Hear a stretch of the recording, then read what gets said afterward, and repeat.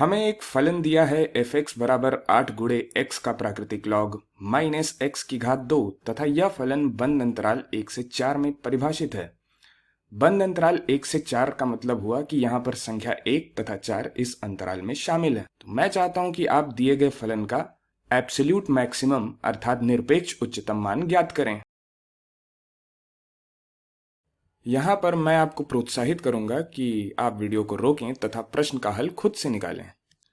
तो इसे हल करने के लिए यदि हम चरम मान प्रमेय अर्थात एक्सट्रीम वैल्यू थ्योरम के बारे में सोचें तो प्रमेय क्या कहती है कि यदि हमारे पास एक बंद अंतराल में कोई सतत फलन परिभाषित है, तो मान लेते हैं यह x अक्ष है तथा इस पर एक बंद अंतराल है और इस बंद अंतराल पर एक सतत फलन परिभाषित है, तो फलन इस बंद अंतराल पर कैसा दिखेगा इसकी कुछ विभिन्न संभावनाएं हैं।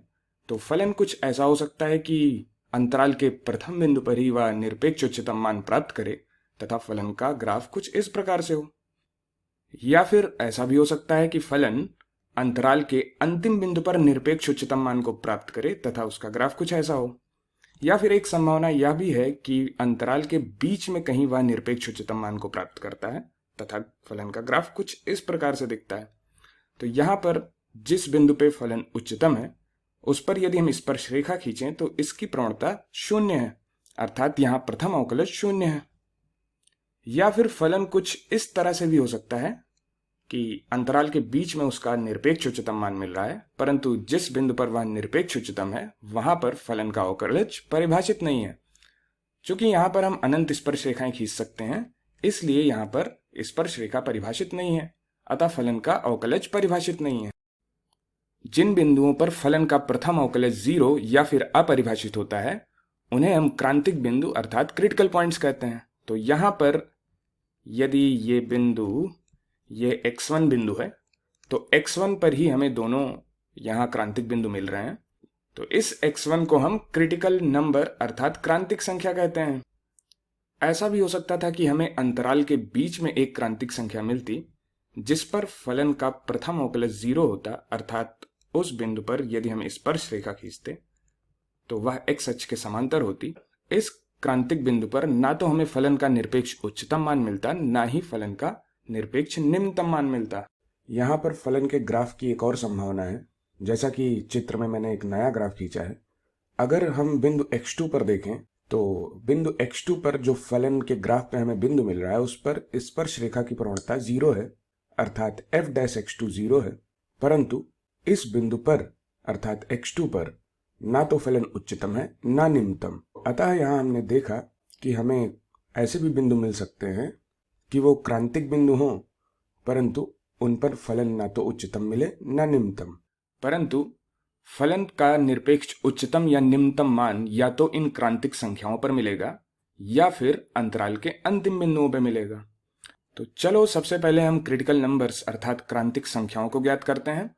यह करने के लिए हम f का अवकलज लिखते हैं। तो f का अवकलज f डैश x यह बराबर होगा x के प्राकृतिक लॉग का अवकलज होता है 1/x, तो यह 8/x के बराबर होगा, और x की घात 2 का अवकलज होता है 2x, तो यह बराबर होगा -2x बराबर, इसको हम 0 के बराबर करेंगे। तो यदि हम इसको हल करें तो हमें मिलता है 8/x बराबर 2x। यदि x का गुणा हम दोनों पक्षों में करें तो हमें मिलता है 8 बराबर 2x की घात 2। तो यदि हम 2 से भाग दें पूरे समीकरण को तो हमें मिलेगा x स्क्वायर बराबर 4, अर्थात x की घात 2 बराबर 4। तो यहां से मिलता है x बराबर ±2। चूंकि हम कह रहे हैं कि फलन f(x) इस बंद अंतराल 1 से 4 में परिभाषित है तथा -2 इस बंद अंतराल में शामिल नहीं है, इसलिए x बराबर 2 एक क्रांतिक संख्या होगी, अर्थात एक क्रिटिकल नंबर होगा। अब हम उस क्रांतिक संख्या पर विचार करते हैं जहां पर f डैश x अपरिभाषित है। तो चूंकि x बराबर 0 पर f डैश x अपरिभाषित है, तो क्या x बराबर 0 1 से 4 अंतराल में शामिल है?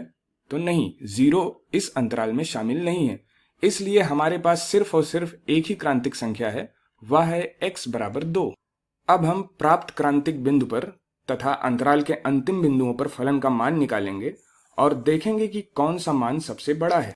तो यदि हम x बराबर 1 पर फलन का मान निकालें तो हमें एफ ऑफ 1 यह मिलेगा 8 गुणे 1 का प्राकृतिक लॉग माइनस 1 की घात 2।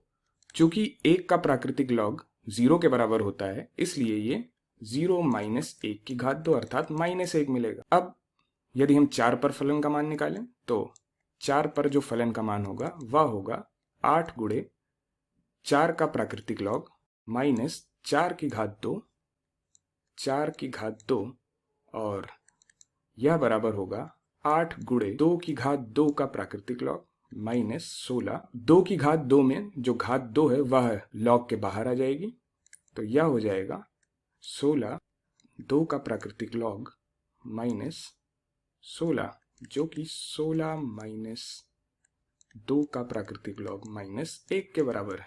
अब चूंकि ln 2 का अर्थात 2 के प्राकृतिक लॉग का लगभग मान 0.69 के बराबर होता है, इसलिए चूंकि यह 0.69 1 से छोटा है, इसलिए यह संख्या एक ऋणात्मक संख्या मिलेगी। अर्थात हमें f1 का मान भी एक ऋणात्मक संख्या मिल रही है और f4 का मान भी एक ऋणात्मक संख्या मिल रही है। अब यदि हम 2 पर फलन का मान निकालें तो 2 पर फलन का मान मिलेगा 8 गुणे 2 का प्राकृतिक लॉग माइनस 2 की घात 2, तो ये मिलेगा 2 गुणे 2 का प्राकृतिक लॉग माइनस 1। और चूंकि 2 का प्राकृतिक लॉग लगभग 0.69 के बराबर है, इसलिए यह बराबर होगा 2 गुणे 0.69 माइनस 1।